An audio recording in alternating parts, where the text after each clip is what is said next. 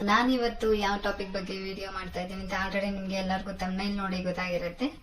S, ನಾನಿವತ್ತು video ಮಾಡ್ತಾ ಇರೋದು ಶಿಶ್ನಕ್ಕೆ ಆಯಿಲ್ ಮಸಾಜ್ ಮಾಡೋದ್ರ ಬಗ್ಗೆ. ಸೊ ತುಂಬಾ ಜನ ಹುಡುಗರು ಕೇಳ್ತಾ ಇದ್ರಿ ಯಾವ ಆಯಿಲ್ ಮಸಾಜ್ ಮಾಡ್ಬೇಕು, ಮತ್ತೆ ಪ್ರತಿದಿನ ಮಾಡ್ತಾ ಇದೀವಿ, ಮಾಡ್ಬೋದಾ ಇಲ್ವಾ, ಅದರಿಂದ ಏನ್ ಯೂಸ್ ಆಗುತ್ತೆ ಅಂತ. ಸೊ ಅದಕ್ಕೆ ಇವತ್ತು ನಾನು ವಿಡಿಯೋ ಮಾಡ್ತಾ ಇದ್ದೀನಿ.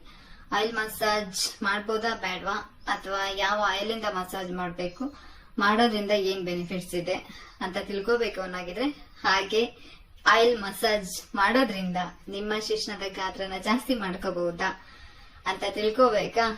ಸೊ ವಿಡಿಯೋನ ಎಂಡವರೆಗೂ ಸ್ಕಿಪ್ ಮಾಡದೆ ನೋಡಿ, ಅವಾಗಷ್ಟೇ ನಿಮಗೆ ಅರ್ಥ ಆಗೋದು. ಹಾಗಿದ್ರೆ ವಿಡಿಯೋ ಸ್ಟಾರ್ಟ್ ಮಾಡೋಣ. ಬಟ್ ಅದಕ್ಕಿಂತ ಮುಂಚೆ ಇನ್ನು ಯಾರೆಲ್ಲ ನನ್ನ ಚಾನೆಲ್ ನ ಸಬ್ಸ್ಕ್ರೈಬ್ ಮಾಡದೆ ನೋಡ್ತಿದ್ದೀರಿ, ದಯವಿಟ್ಟು ಸಬ್ಸ್ಕ್ರೈಬ್ ಮಾಡಿ. ಹಾಗೆ ಪಕ್ಕದಲ್ಲಿರುವಂತಹ ಬೆಲ್ ಐಕಾನ್ ಪ್ರೆಸ್ ಮಾಡೋದನ್ನು ಸಹ ಮರಿಬೇಡಿ. ನೀವು ಬೆಲ್ ಐಕಾನ್ ಪ್ರೆಸ್ ಮಾಡಲಿಲ್ಲ ಅಂದ್ರೆ ನೆಕ್ಸ್ಟ್ ನಾನು ವಿಡಿಯೋ ಹಾಕ್ದಾಗ ನಿಮ್ಗೆ ನೋಟಿಫಿಕೇಶನ್ ಬರೋದಿಲ್ಲ. ಓಕೆ, ಸಾರಿ. ಯಾವ ಎಣ್ಣೆಯಿಂದ ಮಸಾಜ್ ಮಾಡಬೇಕು, ಎಷ್ಟೊತ್ತು ಮಸಾಜ್ ಮಾಡಬೇಕು, ಮಸಾಜ್ ಮಾಡೋದ್ರಿಂದ ಏನ್ ಬೆನಿಫಿಟ್ಸ್ ಇದೆ, ನಿಜವಾಗ್ಲೂ ಶಿಶ್ನಕ್ಕೆ ಆಯಿಲ್ ಮಸಾಜ್ ಮಾಡೋದ್ರಿಂದ ಅದ್ರ ಗಾತ್ರ ಜಾಸ್ತಿ ಆಗುತ್ತಾ ಅಂತ ನಾನು ಹೇಳ್ತಾ ಹೋಗ್ತೀನಿ.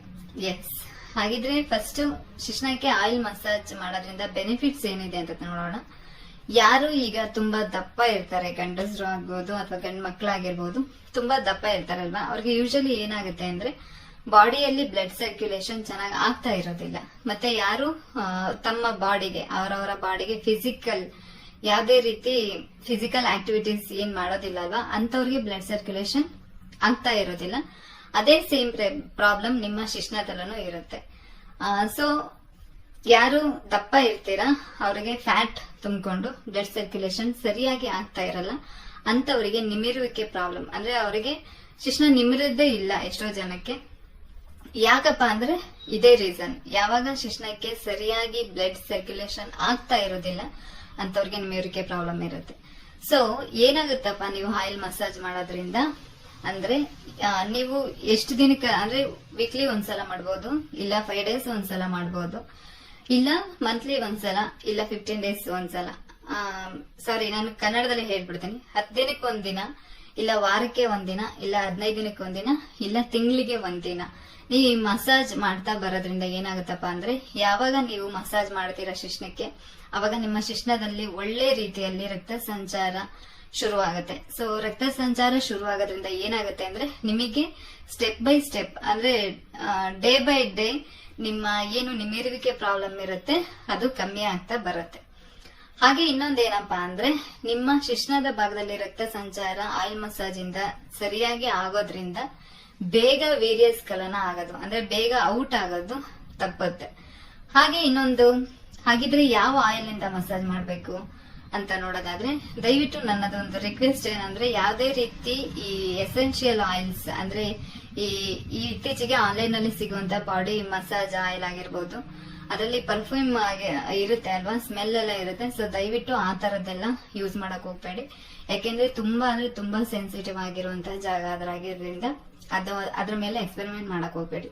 ನಿಮ್ಮನೆಯಲ್ಲೇ ಸಿಗುವಂತಹ, ನಿಮ್ಮ ಏನ್ ಆಗಿನ ಕಾಲದಿಂದಲೂ ನಮ್ಮ ಮನೆಗಳಲ್ಲಿ ನಮ್ಗೆ ಬಾಡಿ ಮಸಾಜ್ಗೆ ಅಂತ ಯೂಸ್ ಮಾಡುವಂತ ಹರಳೆಣ್ಣೆ, ದಿ ಬೆಸ್ಟ್ ಆಯಿಲ್ ಹರಳೆಣ್ಣೆ, ಹಾಗೆ ಕೊಬ್ಬರಿ ಎಣ್ಣೆ, ಇದೆರಡು ಬಿಟ್ಟು ದಯವಿಟ್ಟು ಇನ್ಯಾವುದೇ ಎಣ್ಣೆನೂ ಎಕ್ಸ್ಪೆರಿಮೆಂಟ್ ಮಾಡೋದಕ್ಕೆ ಹೋಗ್ಬೇಡಿ.